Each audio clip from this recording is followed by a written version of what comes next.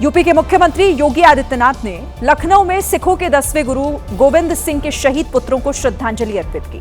गुरुद्वारे पहुंचे सीएम योगी वीर बाल दिवस के मौके पर आयोजित कीर्तन समागम में शामिल हुए। उन्होंने गुरु गोविंद सिंह के 2 छोटे पुत्रों साहिबजादा जोरावर सिंह और साहिबजादा फतेह सिंह को याद किया। इस दौरान योगी सिर पर गुरु ग्रंथ साहब लेकर चले। 140 करोड़ का हिंदुस्तान और दुनिया के अंदर जहां कहीं भी सनातन धर्मावलंबी रहता होगा, सिख रहता होगा, तो गुरु गोविंद सिंह जी महाराज के प्रति, इन बलिदानियों के प्रति, गुरु तेग बहादुर जी महाराज के प्रति, गुरु नानक देव जी के प्रति कृतज्ञता ज्ञापित कर रहा है।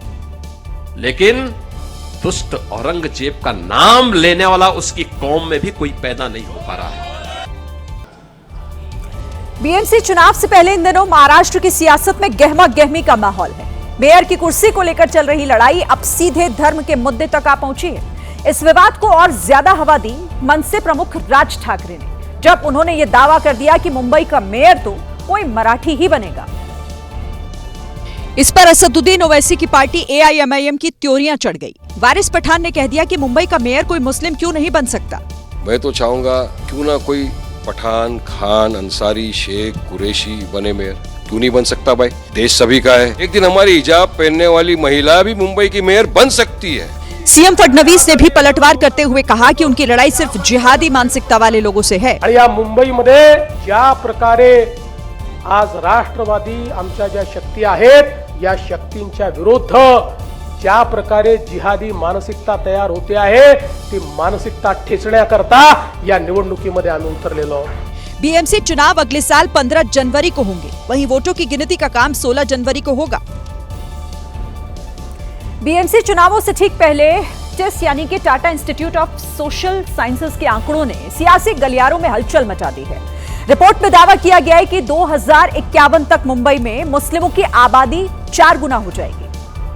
और इसी रिपोर्ट को आधार बनाकर बीजेपी नेता और पूर्व सांसद किरीट सोमैया ने बांग्लादेशी और रोहिंग्या घुसपैठ का मुद्दा उठा दिया। टीआईएसएस के रिसर्च के मुताबिक 1961 में मुंबई की कुल आबादी में हिंदुओं की हिस्सेदारी 88% थी, जो साल 2011 तक घटकर 66 रह गई। रिपोर्ट में यह अनुमान है कि अगर अवैध घुसपैठ इसी रफ्तार से जारी रही तो 2051 तक मुंबई में हिंदुओं की आबादी घटकर 54% से भी कम रह जाएगी। आंकड़ों के मुताबिक 1961 में मुंबई में मुस्लिम आबादी महज 8% थी। 2011 में ये बढ़कर 21% हो गई। रिपोर्ट में अनुमान लगाया गया कि 2051 तक की आबादी लगभग 30% तक पहुंच जाएगी। मुंबई में 1961 में 88% हिंदू थे। जिस प्रकार से मुस्लिम, बांग्लादेशी, रोहिंग्या मुंबई में आ रहे हैं घुसपैठिए, 2051 में ये 88% हिंदू 54% रह जाएंगे। दावा ये भी किया जा रहा है कि अगर इसी तरह से घुसपैठ की तादाद बढ़ती रही तो शहर की डेमोग्राफी पूरी तरह पलट जाएगी। झारखंड के गिरिडीह से हैरान करने वाला एक मामला सामने आया। यहाँ पत्नी के ससुराल जाने पर नाराज पति जेसीबी लेकर उसके मायके पहुंच गया और पत्नी के मायके वाले घर पर जेसीबी चलवा दी। नाराज पति पिंटू मंडल ने पत्नी के मायके के घर की बाउंड्री वॉल को मलबे में बदल दिया। वो तो गनीमत रही कि पिंटू जेसीबी को आगे बढ़ाता, उससे पहले गांव वाले जुट गए और उन्होंने उसे रोक लिया और बोल रहा था कि गेट खोलो, बच्चा दो हमको, गेट खोलो, बच्चा दो, नहीं तो जान से मार देंगे पूरा एकदम। और हमको पूरा जलील करके और मतलब कि जेसीबी गाड़ी से पूरा डोजरिंग करने लगा पूरा घर। बताया जा रहा है कि पिंटू पत्नी के बार बार मायके जाने से नाराज था। वहीं उसके ससुराल वालों का आरोप है कि पिंटू अपनी पत्नी के साथ मारपीट करता था। शिवलाल मंडल के घर में उसके मारपीट किया। पूरा मारपीट करने के बाद में गांव समाज को आदमी जमा किया, वो सब विदा कर दिया वहां से। शाम को तुरंत फिर आ गया, हम चल गए ड्यूटी जाने के बाद में आया और वो गाड़ी गलौज करके गेट खुलवाया। इस मामले में पिंटू के ससुराल वालों की ओर से पुलिस में शिकायत दर्ज कराई गई है। ऑपरेशन सिंदूर के दौरान पाकिस्तान के एयरबेस को तबाह कर इंटरनेशनल हेडलाइन बनने वाली भारत की सुपरसोनिक ब्रह्मोस क्रूज मिसाइल की ताकत में और इजाफा होने वाला है। फिलहाल ब्रह्मोस की रेंज करीब 300 किलोमीटर है, लेकिन नए वर्जन में इसे 450 से 800 किलोमीटर तक करने पर काम हो रहा है। इस नई मिसाइलों के आने के बाद दिल्ली से ही इस्लामाबाद को निशाना बनाया जा सकेगा। देखिए, दिल्ली से इस्लामाबाद की हवाई दूरी 700 किलोमीटर है। इस नए वर्जन के अगले 3 साल में पूरी तरह विकसित होने की उम्मीद है। इतना ही नहीं, ब्रह्मोस का हल्का वर्जन भी दुश्मनों की नींदें उड़ाने वाला है, जो कि करीब 2.5 टन वजन का होगा।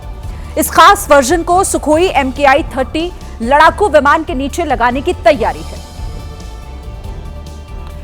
बांग्लादेश की गलियों में एक और हिंदू के खून की होली खेली गई। अभी दीपू चंद्रू दास की जलती हुई लाश की राख ठंडी भी नहीं हुई थी कि राजबाड़ी जिले में एक और हिंदू युवक कट्टरपंथी मुसलमानों के जुल्मों का शिकार बन गया।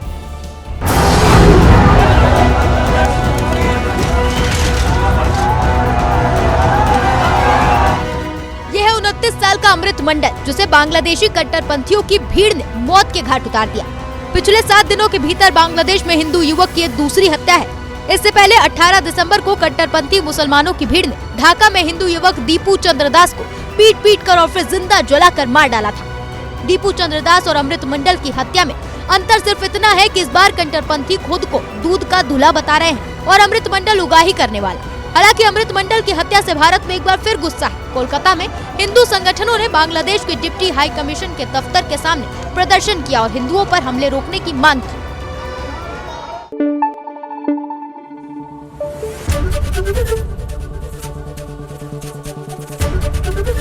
ABP न्यूज आपको रखे आगे।